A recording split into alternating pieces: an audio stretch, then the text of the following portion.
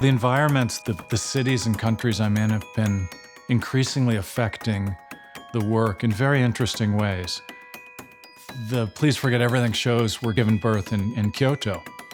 At the very beginning of the pandemic, when I posed the question to the abbot Toru Ito, can AI become sentient? If sentient can become conscious, if conscious can it become enlightened?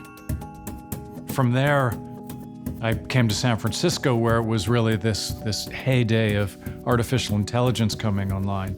And now I've been invited to potentially show in Athens the cradle of Western thought, including the idea of democracy.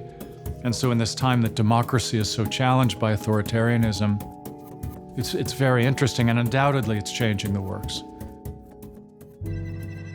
So in Athens, I'm very intrigued by the idea of Plato's Cave, which is this idea of thinking about shadows as related to reality itself.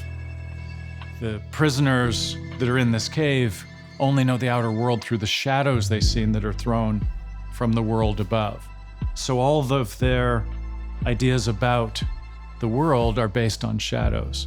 And so it's this idea that, what do we base our ideas of reality on? Not very much.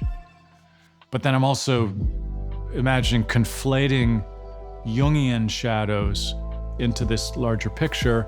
And if what we're seeing now, it seems to me, is Jungian shadows, whether it's in American politics or society at large. I mean, the dark side of humanity is showing itself very clearly right now.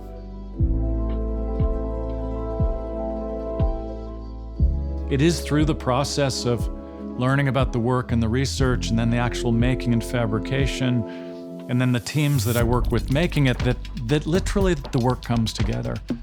I mean, there's aspects of both of the previous shows, and I know it will happen again, that actually are finalized in the last days of the exhibition. And I'm really open to that kind of evolution. I want that evolution. I want to be surprised through the process. And coming full circle to Athens, this is a culmination and an amplification of all these ideas that I couldn't have foreseen when I began. So now we're going from Kyoto with ideas about consciousness and memory, to San Francisco with ideas about technology and freedom, to Athens with ideas that come from the cradle of Western civilization, where the idea of democracy was birthed.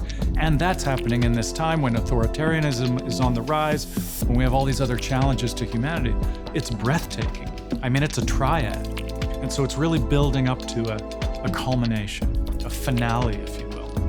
And I don't know exactly what that's going to be, but I'm excited to realize it.